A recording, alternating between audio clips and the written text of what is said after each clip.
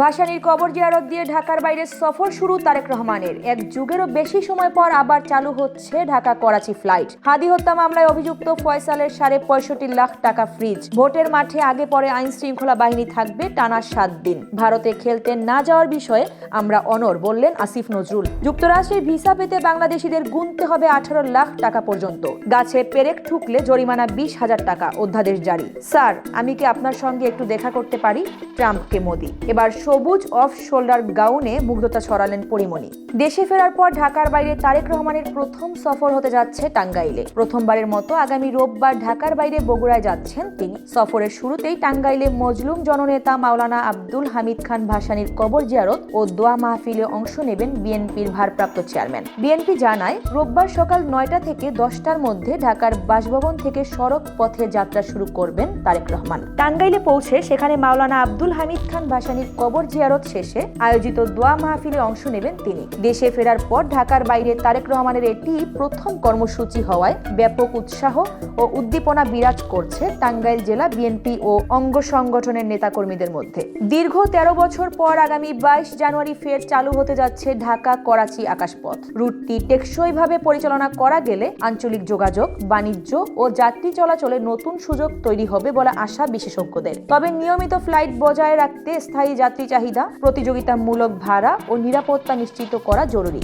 বিমান বাংলাদেশ এয়ারলাইন্স জানিয়েছে, রুট পুনরায় চালু হলে দুই দেশই উপকৃত হবে। তবে এভিয়েশন বিশেষজ্ঞরা সতর্ক করে বলেন, সঠিক মূল্যায়ন ছাড়া রুট খোলা হলে আবার বন্ধ হওয়ার ঝুঁকি থাকে। তাদের মতে, বাংলাদেশে আসন্ন নির্বাচনের মাধ্যমে গঠিত নতুন সরকারের সঙ্গে কূটনীতিক সম্পর্কের ওপর নির্ভর করছে নিরবচ্ছিন্ন ঢাকা করাচি বিমান চলাচল। ওসমান হাদি হত্যা মামলায় অভিযুক্ত ফয়সাল করিম মাসুদের 53টি ব্যাংক হিসাবের 65,50,246 টাকা ফ্রিজ করার আদেশ দিয়েছেন আদালত। পুলিশ সিআইডির আবেদনের প্রেক্ষিতে ঢাকা মহানগর দায়রা জজ এই নির্দেশ দেন। তদন্তে ফয়সাল ও তার স্বার্থ সংশ্লিষ্ট প্রতিষ্ঠানের সন্দেহজনক লেনদেন এবং সন্ত্রাস ও মানি লন্ডারিং সংশ্লিষ্টতা পাওয়া গেছে। মামলায় 17 জনকে আসামি করা হয়েছে, যার মধ্যে 11 জন গ্রেফতার করা হয়েছে। নিহত হাদি গত 12 ডিসেম্বর মতিঝিলে নির্বাচনী প্রচারণা শেষে সোহরাওয়ার্দী উদ্যানে যাওয়ার পথ গুলিবিদ্ধ হন এবং 18 ডিসেম্বর সিঙ্গাপুরে চিকিৎসাধীন অবস্থায় মৃত্যুবরণ করেন।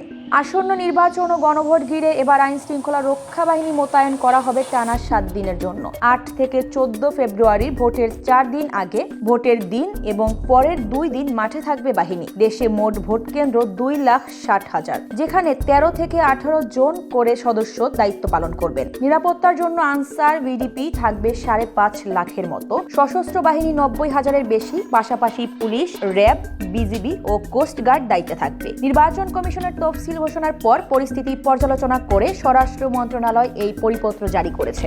বর্তমান পরিস্থিতিতে ভারতের টি-20 বিশ্বকাপ খেলতে না যাওয়ার বিষয়ে বাংলাদেশ অনড় আছে, এমনটা জানালেন যুব ও ক্রীড়া এবং আইন বিচার ও সংসদ বিষয়ক উপদেষ্টা আসিফ নজরুল। তিনি আশা প্রকাশ করেছেন, আইসিসি বাংলাদেশের অবস্থান বুঝবে এবং এর যথাযথ সমাধান করবে। উপদেষ্টা বলেন, আমাদের ক্রিকেটারদের নিরাপত্তা, বাংলাদেশের নিরাপত্তা, বাংলাদেশের মর্যাদা, এটার প্রশ্নে আমরা কোনো আপোষ করব না। বাংলাদেশ চাইলে শ্রীলঙ্কায় ম্যাচ খেলতে পারবে। ইতোমধ্যে আসন্ন গ্রুপ পর্বের 4টি ম্যাচের নিরাপত্তা ও কূটনৈতিক জটিলতা বিবেচনা করে ভারতের মাটি থেকে নিজেদের ম্যাচ সরিয়ে নিতে আইসিসিকে অনুরোধ করেছে বিসিবি। যুক্তরাষ্ট্রের ভিসা পেতে এখন থেকে বাংলাদেশিদের গুনতে হতে পারে প্রায় 18 লাখ টাকা পর্যন্ত। যুক্তরাষ্ট্রের নতুন ভিসা বন্ড নীতিমালার কারণে বাংলাদেশ সহ 38 দেশের নাগরিকদের B1, B2 ভিসার জন্য $5,000 থেকে $15,000 পর্যন্ত জামানত দিতে হবে। জামানতের সঠিক পরিমাণ ভিসা সাক্ষাৎকারের সময় নির্ধারণ করা হবে এবং অর্থ যুক্তরাষ্ট্রের ট্রেজারি বিভাগের online platform pay.gov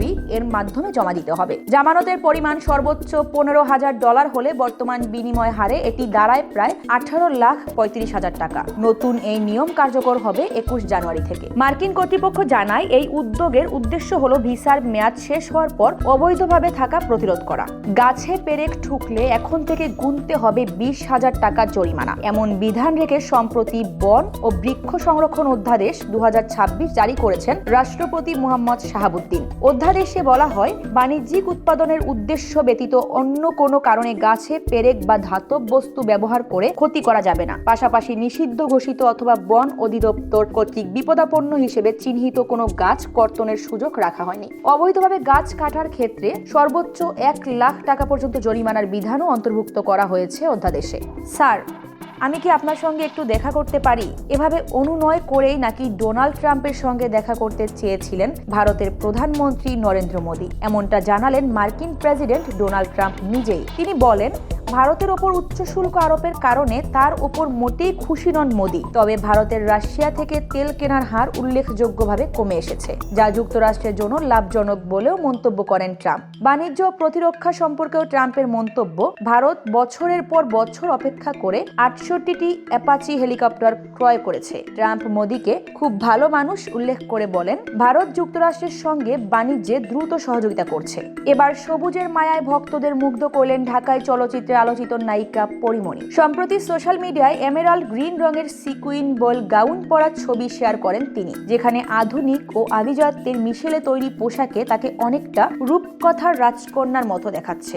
of shoulder ও হার্ট শেপ কাটের এই গাউন তার ঘাড় ও কলার বোনের সৌন্দর্য ফুটিয়ে তুলেছে, সাথে ক্রিস্টাল নেকলেসের ছোঁয়া লুকে যোগ করেছে আভিজাত্যের মাত্রা। পাশাপাশি নজর কাড়ছে তার মাথার এমেরাল্ড গ্রিন রঙের রত্নখচিত মুকুট এবং হাতের স্নিগ্ধ মেহেদি কারুকাজ। ছবিগুলো শেয়ার করার পর থেকেই ভক্তদের প্রশংসায় ভাসছেন পরি। কমেন্ট বক্সে অনুরাগী থেকে শুরু করে সহকর্মীরাও তার এই মোহনীয় রূপের প্রশংসা করছেন।